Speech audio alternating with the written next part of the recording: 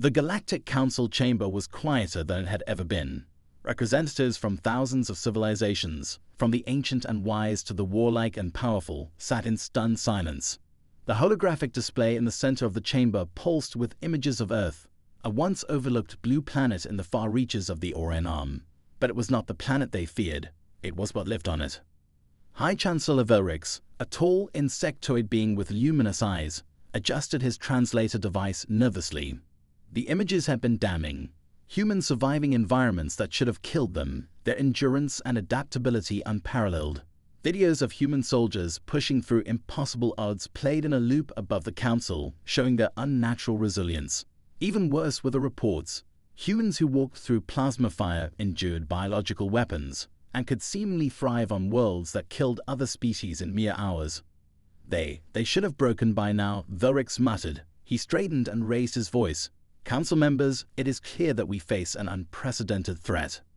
The hologram shifted to an even more disturbing scene.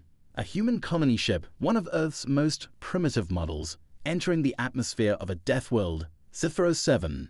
The Council had classified Zithro 7 as a Class 12 death world, its atmosphere filled with toxic gases, volatile storms, and predators that could shred battle armor like paper.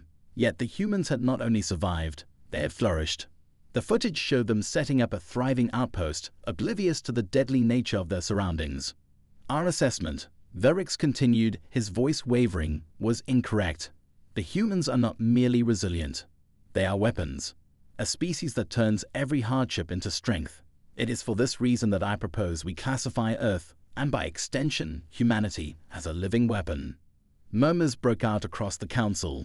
Velrix could see fear gripping the representatives. Even the militant Thraxians, a race known for their ironclad discipline, seemed unsettled.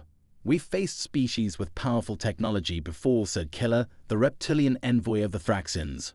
His forked tongue flicked nervously as he spoke. "But never have we encountered a species that can adapt and evolve so rapidly. Their resilience is unnatural." Velrix nodded. "Precisely. Their physiology is unlike anything we've encountered. Human skin, for example, regenerates with remarkable efficiency. Their immune systems can withstand bacteria and viruses that would decimate other populations. And then there's their psychological fortitude." Another hologram appeared, showing a human soldier fighting off several heavily armed mercenaries with nothing but a makeshift spear and what appeared to be a smile. It was a smile that terrified the council.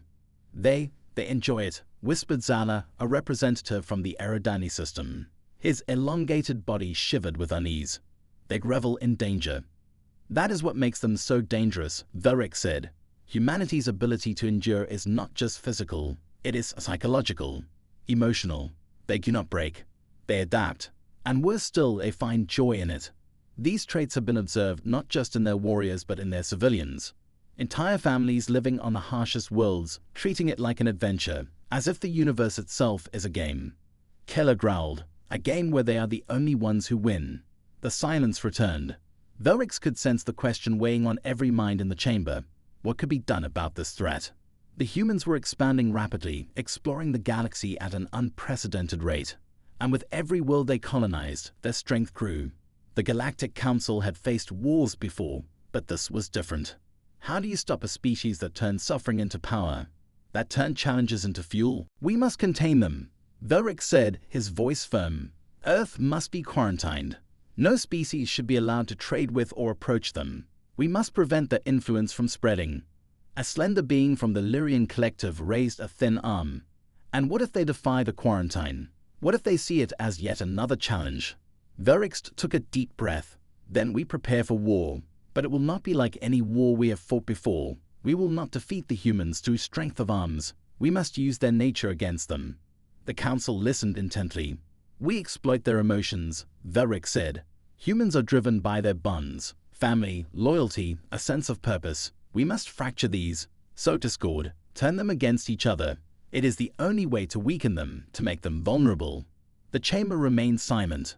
The thought of facing humanity head-on terrified even the most warlike races present.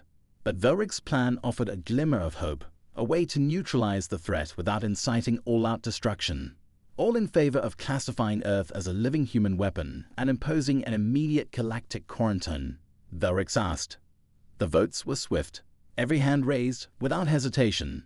No one dared argue against the decision. As Verix finalized the declaration, he felt a strange sense of dread. He knew that the humans wouldn't take kindly to being quarantined, and if history had taught him anything, it was that when humans were backed into a corner, they only became more dangerous. As the council adjourned, Verix turned to the display of Earth one last time.